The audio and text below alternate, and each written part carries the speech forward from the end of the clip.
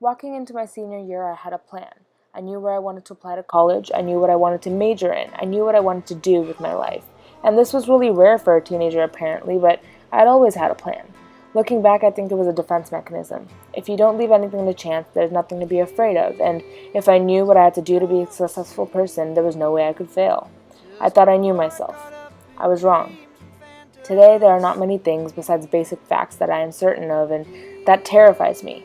I've been living my life with a plan, a map, telling me what to do and when to do it in order to get through high school, but now that high school is basically over, I find myself lost. And that now that I had time to sit down and figure out who I was without the constant stress and the pressure, I found out I was not who I thought I would be. Here's what I learned from myself during my brief self-exploration. I am 17 years old. I am weird and awkward. I fall in love far too quickly. I have acne. I do not understand chemistry, and I fear I never will. I am always sleepy, but I can never seem to get to bed on time.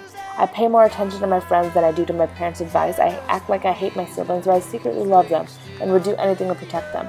I do not learn from my mistakes. I am reckless. I am strong-minded and confident in my beliefs, and there are people who think that makes me a bitch.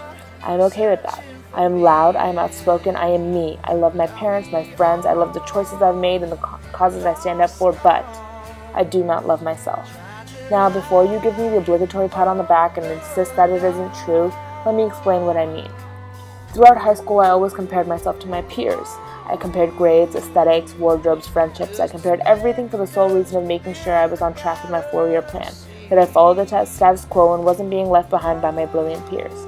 I wanted to stand out and fit in at the same time, to not be weird and quirky but not be that kid, to be smart but not a nerd, to be heard but not idolized. I created these different versions of myself, and depending on my audience, I brought out one of them. There's overachieving student Grace, the one who's involved in as many extracurriculars as possible, all the while balancing her AP classes and maintaining grades to get into college. There's compassionate friends Grace, the one who always opens her arms to friends who need to talk about their problems. There's feminist social justice mogul Grace, the one who will stand up for her beliefs and speak up in the name of social justice and refuse to be silenced. There's mom Grace, the one who will always make sure everyone around her is taken care of, emotionally and physically, before she thinks of herself. And finally, there's perfect daughter Grace, the one who tries her hardest to live up to her parents' expectations, all the while making sure all the inquisitive aunties and uncles she meets at family parties are aware of her future plans and her present accomplishments.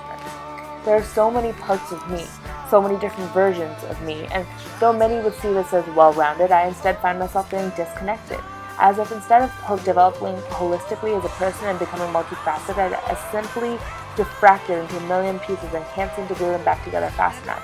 I feel like I'm free-falling through space trying to catch all the pieces of myself to join them together and figure out who I am, racing against time before I leave my safe bubble at home and thrown into the real world, completely alone. I'm afraid I will be lost forever, wondering who I really am, no longer an individual, but just multiple fragments of a person I don't recognize as myself. I don't want you to get the wrong idea here. I do not resent any of the choices I've made in my 17 years. I love all of the things I've been blessed with in my life. I love my beautiful parents who still love each other as much after 20 years as they did back in college when they first met. I love my siblings who force me to be responsible and remind me what unconditional love means. I love my best friends who stand by me and lift me up when my knees give out from under me.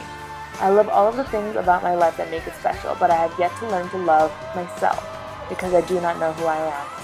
And I'm slowly learning that it's okay to not know, that ambiguity allows me to explore myself, and I have time to define myself, and that it's okay to be afraid of the future because without fear we are not human. As kids, all we want to do is grow up and be our own people, no longer sheltered by our parents' rules and the responsibilities of homework and grades, but when it's actually happening, it's a scary thing. We don't really know what we're doing. We all just sort of follow the stream and hope it takes us somewhere where we'll be happy with our lives. We are afraid of getting lost and becoming someone we are not, but becoming adults doesn't mean our lives as we know them are over. We still have time to figure out who we are and who we want to be. Walt Disney was a man who created the stories and fantasies that helped us shape our dreams as kids. And now, as we stand on the cusp of adulthood, he leaves us with another piece of advice. Growing old is mandatory. Growing up is optional.